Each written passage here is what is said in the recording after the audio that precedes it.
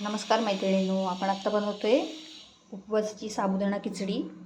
त्यासाठी इथे मिरची घेतली आहे, उकडलेला बटाटा, मीठ चवीप्रमाणे आणि खिचडी त्यात शेंगदाण्याचं कूट टाकून घेतले.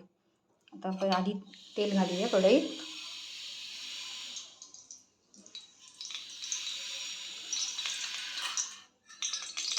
कोण कोण उपवासाला जिरं खातं, कोणाला नाही चालत. आमच्याकडे नाही चालत त्यामुळे मी काही टाकत नाही आहे. आता टाकूया मिरची. तेल तापलं की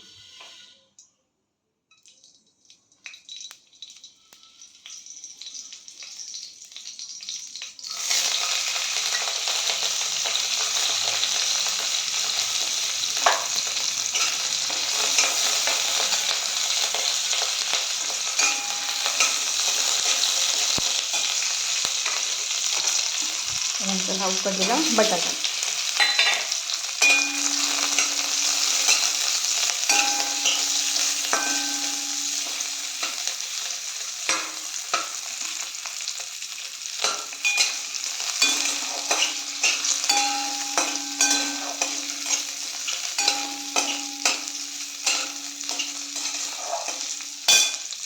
टाकायचं आहे साबुदाणा.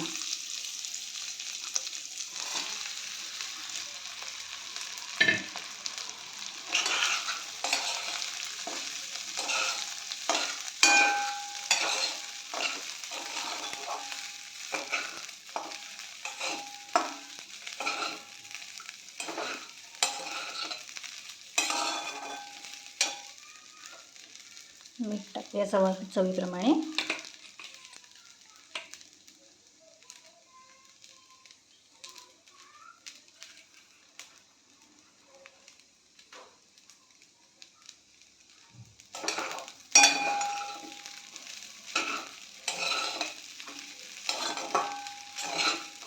आता एक 5 मिनिटासाठी झाकून ठेवूया. ही बघा छान अशी तयार झाली आहे खिचडी आपली. आता गरम गरम दही किंवा ताकासोबत तुम्ही खाऊ शकता.